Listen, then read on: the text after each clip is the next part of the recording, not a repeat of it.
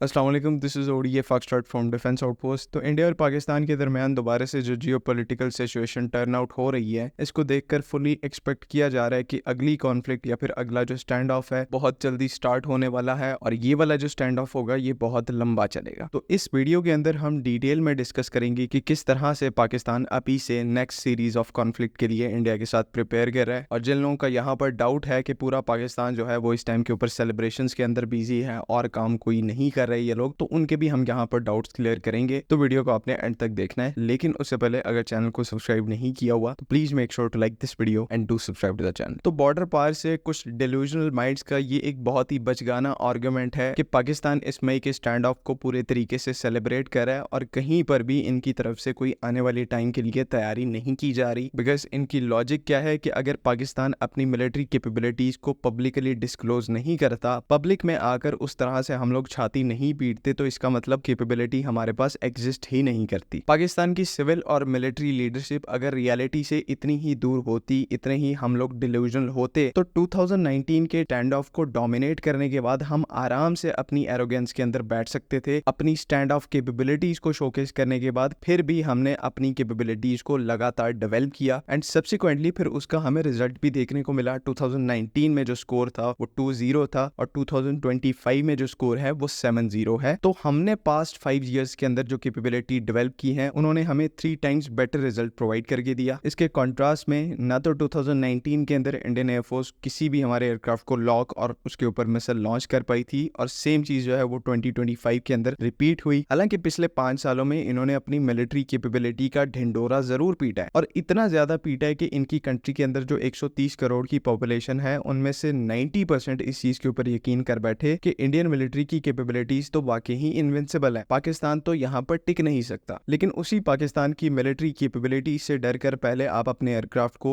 International border से 150 kilometre दूर रखते हैं कि इस तरह से हम पाकिस्तानी मिसाइल से बच पाएंगे। इन सब प्रिकॉशंस के बावजूद हमने एट विल आपके एयरक्राफ्ट को शूट डाउन किया और जो टुकड़े हैं फिर वो आपके ही सिटीजन्स ने पूरी दुनिया तक पहुंचाए और फिर मजबूर होकर आपको आगे आकर सीज फायर को मानना पड़ा, उसे एक्सेप्ट करना पड़ा। हालांकि आपका प्लान तो पाकिस्तान को गाजा बनाने का था, पाकिस्तान के न्यूक्लियर वेपन्स को डिसमेंटल करने का था, पाकिस्तान के 4 टुकड़े करने का था। लेकिन उन 3 दिनों में आपकी ऑफेंसिव कैपेबिलिटी को पाकिस्तान की साइड से जिस तरह से घुटनों पर लाया गया, तो आपको पता चला कि जो इजराइल का मॉडल है जिसको हम लोग फॉलो कर रहे हैं, ये पाकिस्तान के केस में बिल्कुल फिजिबल नहीं है। बिकॉज पाकिस्तान जो है वो एक अलग टाइप की कंट्री है। खैर, इसके ऊपर डिस्कशन करने बैठेंगे तो टाइम का पता ही नहीं चलेगा। तो हम अपने मेन वीडियो के टॉपिक की तरफ आते हैं कि किस तरह से पाकिस्तान इंडिया के साथ अगले स्टैंड ऑफ के लिए प्रिपेयर कर रहा है ना। यहाँ पर कंप्लीट इन्फॉर्मेशन मेरे पास नहीं है बिकॉज मैं एक पब्लिक सोर्स हूँ। ज्यादा से ज्यादा मैं आपको एक इंडिकेशन दे सकता हूँ या फिर 5 to 10% की कैपेबिलिटीज जो कि पाकिस्तान की आर्म्ड फोर्सेस इस टाइम के ऊपर गेन कर रही हैं उनके बारे में बता सकता हूँ। बिकॉज 80 to 90% चीजें हमेशा से क्लासिफाइड रहेंगी। तो अगेन रिमेंबर, जो चीजें मैं इस वीडियो के अंदर मेंशन करूंगा वो इवन 10% भी नहीं है जिस तरह की प्रिपरेशन इस टाइम के ऊपर पाकिस्तान अंडरगो कर रहा है। तो इस पार्ट के अंदर ऑब्वियसली सबसे पहला और मोस्ट इंपॉर्टेंट इक्विपमेंट जो यहाँ पर आता है वो J-35 स्टेल्थ एयरक्राफ्ट है, जिसको इंडिया चाहकर भी अगले 5 से 6 साल के अंदर मैच नहीं कर पाएगा। ये एयरक्राफ्ट ना सिर्फ आपको एयर टू एयर कॉम्बैट के अंदर एक अनमैच्ड एज प्रोवाइड करेगा, बल्कि ये एयरक्राफ्ट ऐसी कॉन्फ़िगरेशन के अंदर आएगा, इसके आर्सनल के अंदर ऐसे वेपन सिस्टम्स होंगे कि Pakistan air force deep inside Indian territory जो प्रिसीजन स्ट्राइक्स है या डीप पेनिट्रेशन स्ट्राइक्स है उनको कंडक्ट कर पाएगी। और इसका डेमो जो है वो आपने मे के स्टैंड ऑफ में भी देखा, जहां पर CM-400 AKG और JF-17 थंडर्स ने 2 S-400 बैटरीज को न्यूट्रलाइज किया और ये हमने कन्वेंशनल एयरक्राफ्ट के साथ किया। तो इमेजिन करें यहाँ पर अगर स्टेल्थ एयरक्राफ्ट्स की विद एडवांस सेंसर फ्यूजन यहाँ पर एंट्री हो जाती है तो पाकिस्तान एयरफोर्स किस स्केल के ऊपर अपनी ऑफेंसिव कैपेबिलिटीज को deep inside Indian territory utilise कर पाएगी। तो इसी वजह से J-35 एयरक्राफ्ट जो है वो इस टाइम के ऊपर हमारे लिए टॉप प्रायोरिटी है। एंड सेकंड जो इंपॉर्टेंट इक्विपमेंट हमारे लिए यहाँ पर आता है वो एयर डिफेंस की कैटेगरीज में है। इसमें बेसिकली 3 कैटेगरीज के ऊपर पाकिस्तान की साइड से एक्टिवली काम किया जा रहा है। सबसे पहली कैटेगरी जो है वो बैलिस्टिक मिसाइल और हाइपरसोनिक मिसाइल डिफेंस सिस्टम की है, जो कि HQ-19 की सूरत में पाकिस्तान के पास फ्यूचर में आने वाली है। इससे पाकिस्तान एक लॉन्ग रेंज की BMD शील्ड को खड़ा कर पाएगा। सेकंड, पाकिस्तान की जो मिलिट्री है वो शोरैड एयर डिफेंस सिस्टम यानी कि शॉर्ट रेंज के जो high precision air defence systems हैं उनको बड़ी तादाद में अपनी सर्विस के अंदर इंडक्ट करने के प्रोसेस को स्टार्ट कर दिया गया है, जिसमें डिफरेंट टाइप के close in weapon systems, missile systems और गन बेस्ड जो एयर डिफेंस सिस्टम्स हैं वो शामिल हैं, जो कि इनकमिंग हाई स्पीड प्रोजेक्टाइल्स को क्लोज रेंज के ऊपर इंटरसेप्ट करने की कैपेबिलिटी रख पाएंगे। और क्योंकि ये एयर डिफेंस सिस्टम सिस्टम्स एक बड़ी अमाउंट के अंदर इंडक्ट किए जाएंगे। तो BMD शील्ड के बाद पाकिस्तान की ये जो शॉर्ट रेंज की एयर डिफेंस शील्ड है ये भी बहुत ज्यादा पोटेंट और स्ट्रॉन्ग बनेगी। थर्ड और most important point air defence की कैटेगरी में हमारे पास इंडिजिनस मीडियम और शॉर्ट रेंज के एयर डिफेंस सिस्टम्स है। और इस पॉइंट का मकसद बेसिकली क्या है कि पाकिस्तान के अंदर जितना भी एयर डिफेंस इकोसिस्टम है उसको ज्यादा से ज्यादा इंडिजनाइज किया जा सके, इंडिजिनस कैटेगरी के मीडियम और शॉर्ट रेंज के एयर डिफेंस सिस्टम्स को इंडक्ट किया जाए। और इन सब सिस्टम्स को, जैसे मैंने पहले बताया कि ये इंडिजिनस एयर डिफेंस की कैटेगरी में है, तो इन सब की जो मैन्युफैक्चरिंग है वो पाकिस्तान के अंदर ही होगी। थर्ड इंपॉर्टेंट पॉइंट जो है वो हमारे सरफेस टू सरफेस मिसाइल्स या फिर SSM से रिलेटेड है, जहां पर फतह सीरीज के बैटल टेस्ट से जो मल्टी लॉन्च रॉकेट सिस्टम्स हैं जिन्होंने मई के स्टैंड ऑफ में भी अपनी वर्थ को बड़े अच्छे तरीके से प्रूव किया था, तो इनके जो नेक्स्ट जेन वेरिएंट्स हैं जिनमें फतह 3 और फतह 4 जैसे सरफेस टू सरफेस मिसाइल आते हैं, उनको भी डेवलप करके एक बड़ी तादाद में हमारी जो रॉकेट रेजिमेंट्स हैं उनके अंदर इंडक्ट किया जाएगा। एंड ये सिस्टम्स भी फिर deep inside Indian territory strikes को परफॉर्म करने में सक्सेसफुल होंगे। Last but not the least, इस टाइम के ऊपर पाकिस्तान की साइड से हाई सुपरसोनिक्स और इवन हाइपरसोनिक मिसाइल्स के ऊपर काम किया जा रहा है, लेकिन उनके बारे में पब्लिकली डाटा अवेलेबल नहीं है। लेकिन रेस्ट एश्योर्ड, पाकिस्तान इंडिया के ब्रह्मोस के कंपैरिजन में यहाँ पर 2 टाइम्स बेटर सिस्टम को डेवलप करके अपनी सर्विस के अंदर इंडक्ट करेगा और आने वाली किसी भी कॉन्फ्लिक्ट के अंदर इनको एक बड़ी अमाउंट के अंदर यूज किया जाएगा। तो डिस्पाइट के किस तरह से 2019 के अंदर हमने परफॉर्म किया, फिर इस मई के स्टार्ट ऑफ में कितना एक्सेप्शनली पाकिस्तान की तीनों आर्म्ड फोर्सेस ने परफॉर्म किया, लेकिन उसके बाद पाकिस्तान इंडिया की तरह डिल्यूजन के अंदर नहीं है। हम अब भी अपनी ऑफेंसिव कैपेबिलिटीज के ऊपर भी काम करेंगे और अपनी डिफेंसिव कैपेबिलिटीज को भी स्ट्रॉन्ग करेंगे, जिसकी सिंपल सी एक वजह है कि ये मसला जो है वो हमारे सर्वाइवल का है और इसके ऊपर हम किसी भी तरीके का कोई भी कॉम्प्रोमाइज जिंदगी में कभी नहीं करेंगे। उम्मीद है कि यहाँ पर तमाम चीजें क्लियर हैं। अगर इससे रिलेटेड कोई भी कंफ्यूजन है तो काइंडली आप कमेंट्स में जरूर पूछ सकते हैं। बाकी अगली वीडियो तक के लिए अल्लाह हाफिज़। पाकिस्तान जिंदाबाद।